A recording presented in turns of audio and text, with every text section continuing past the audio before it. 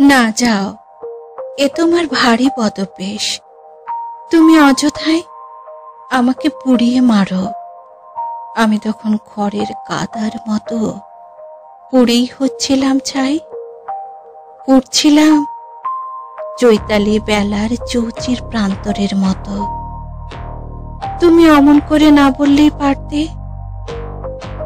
এমনিতেই তোমার কথার আঁচের ছোঁয়াচে জড়ে পুড়ছে হৃদয়। কই, বললে না কি ছিলে তুমি আমার? তোমার কি ছিলাম সে আমি জানি না স্বর্ণালী, তবে আমার এ নির্মোহ হৃদয়ে তুমি আমার একজন তুমি ছিলে। ছিল বিশাল আকাশ, দিগন্ত জোড়া মাঠ, এক ফালি চাঁদ আর শুভ্র জ্যোৎস্নার আলো। তবে ওসবের মাঝে সবচেয়ে একান্ত ছিল তোমার ভালোবাসা। ইস, অমন করে বলো না।